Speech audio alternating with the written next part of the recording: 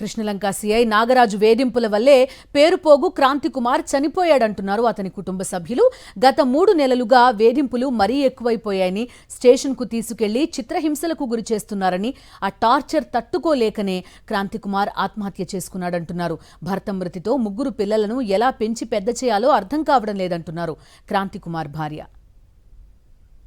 తన కొడుకును బలి తీసుకున్న పోలీసులను కఠినంగా శిక్షించడంతో పాటు అతని కుటుంబానికి న్యాయం చేయాలని వేడుకుంటోంది క్రాంతికుమార్ తల్లి.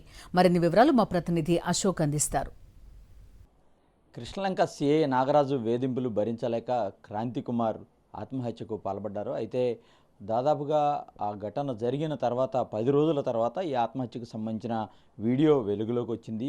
అప్పటి వరకు కూడా పోలీసుల వేధింపులు భయపడి ఆయన చనిపోయారని కూడా కుటుంబ సభ్యులకు తెలియదు. అయితే ఆ వీడియో బయటపడడంతో కుటుంబ సభ్యులు తీవ్ర ఆవేదన వ్యక్తం చేస్తున్నారు. ఖచ్చితంగా తమకు న్యాయం చేయాలంటూ కూడా వారు డిమాండ్ చేస్తున్న పరిస్థితి. ప్రస్తుతం మనతో పాటు క్రాంతికుమార్ కుటుంబ సభ్యులు ఉన్నారు. క్రాంతికుమార్కు 3 పిల్లలు కూడా ఉన్నారు. వారి భవిష్యత్తు ఏంటనేది వీరు ప్రశ్నిస్తున్న పరిస్థితి కనిపిస్తుంది. ప్రస్తుతం మనతో పాటు క్రాంతికుమార్ భార్య ఉన్నారు.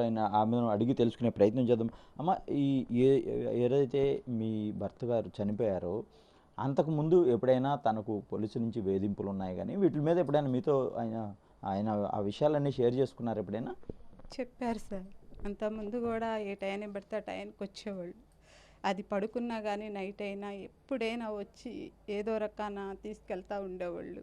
ఆయన పడుకున్నా తిన్నా ఏదైనా అసలుకి మనశ్శాంతి అనేది లేకుండా చేసేవాళ్ళు. ఏ టయానికి వస్తే ఆ టయానికి రావాల్సిందే అని చెప్పి పట్టుబట్టి తీసుకొని వెళ్ళేవాడు. అయితే ఒకసారి చెప్పాడు, నాకు బాగా ఏదిస్తున్నారు, ఇబ్బంది పెడుతున్నాడు అని చెప్పేసి చెప్పాడు. వాళ్ళు బాగా చాలా టార్చర్ పెట్టారు సార్. మా ఆయన చాలా నరకం చూశాడు వాళ్ళ వల్ల. మాకు పిల్లలు ఉన్నారు. ఇప్పుడు మాకు మమ్మల్ని చూసిన భర్త లేడు. మాకు న్యాయం చేయాలి సార్. అంటే ఇప్పుడు చనిపోయారు కదా, ఆత్మహత్య చేసుకున్నారు కదా, ఆ రోజు అంటే ఉదయం పోలీసులు వచ్చారంటున్నారు, రాత్రిపూట సూసైడ్ చేసుకున్నారు. ఈ మధ్య సమయంలో మీతో ఏమన్నా ఆయన ఆవేదన పంచుకున్నారా? చెప్పారు సార్ ఇట్లా నాగరాజు సీఏ అని ఆయన నన్ను ఇబ్బంది పెడుతున్నాడని చెప్పేసి చెప్పాడు. అంటే మేము ఇక్కడ లేము సార్, సెలవులకని వెళ్ళాము. వెళ్తే చెప్పారు, ఇట్లా నన్ను ఇబ్బంది పెడుతున్నారు, టార్చర్ చేస్తున్నారని చెప్పాడు. చెప్పి బాధపడ్డాడు. మరి ఏమైందో తెలియదు, ఇంటికి వచ్చాడు. మరి ఆ విషయం కూడా మాకు చెప్పలేదు. ఆయన చేసుకొని ఇట్లా మాకు ఫోన్ వచ్చింది, ఇట్లా చేసుకున్నాడని. ఆ టైంలో మేము వచ్చాం సార్. అంటే స్టేషన్కి తీసుకెళ్ళిన సమయంలో ఎలాంటి ఇబ్బందులు పెడతారని ఆయన చెప్పారు సార్? పోలీసులు ఎట్లా వేధిస్తారని? ఎట్లా అంటే తాడులాగా కట్టేసి అలాడదీసి కొట్టడం, షూ అనేవి బాగా చేపించడం, నువ్వు మాదిగోడురా, మాదిగి పుట్టినోడురా అని చెప్పేసి అసహ్యమైన మాటలు మాట్లాడటం, ఇట్లాంటి ఇబ్బంది పెట్టడం కూడా చేసేవాడు అంట సార్. అవి కూడా చెప్పేవాడు, చాలా బాధపడేవాడు చెప్పి కూడా.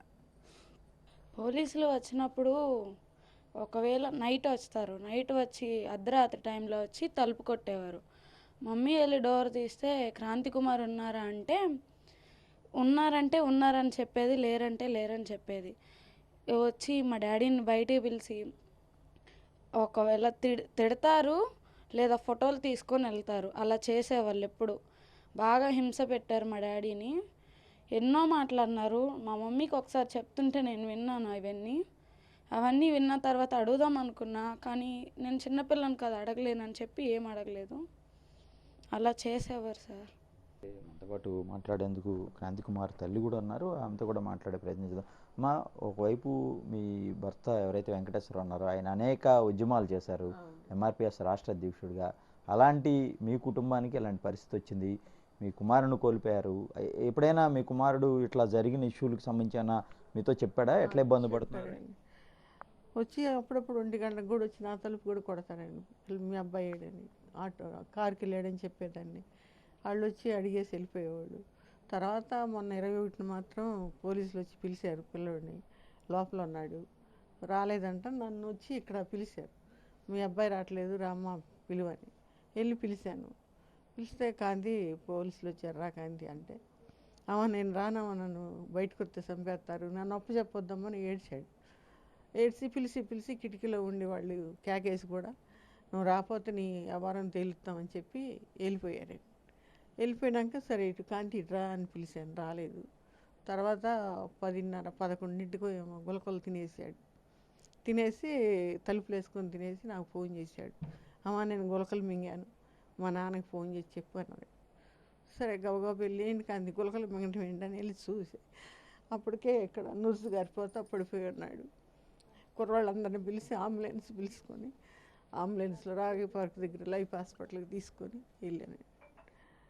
తీసుకొని వెళ్ళి అక్కడ చూపించాము. ఒక 6 గంటల దాకా అక్కడ చూపించి మళ్ళీ గారు వచ్చినాక గొల్లపూడి వెళ్ళాడు. ఆ సమయానికి వచ్చాక 6ంటికి గవర్నమెంట్ హాస్పిటల్కి మళ్ళీ తీసుకొని వెళ్ళాము. అక్కడ ఒక 2 గంటలన్నర 10:30 ఆ టైంలో చనిపోయాడు పిల్లడు. అదండి చాలా గందరగోళం అయిపోయాడు. అసలు ఆ మందు తిని కిందల మీదలు అయిపోయి మంచీడు నేనే అంబులెన్స్లో ఉంటున్నా 2 సార్లు నేనే ఉంటున్నాను. అట్లా చనిపోయాడండి పిల్లోడు. పోలీసుల వల్ల ఆ సీఏ వల్లే అసలు 3 నెలల నుంచి నేను ఇదైపోతున్నానమ్మా, నేను బతకలేకపోతున్నాను, ఆ సీఏ వల్ల నేను చనిపోతున్నానని వాంగ్మూలం కూడా ఇచ్చాడండి. అంటే ఆత్మహత్య చేసుకోకముందు మీతో ఎప్పుడేం చెప్పాడా? పోలీసులు బాగా రోజు ఇలా వేధిస్తున్నారు చెప్పాడండి.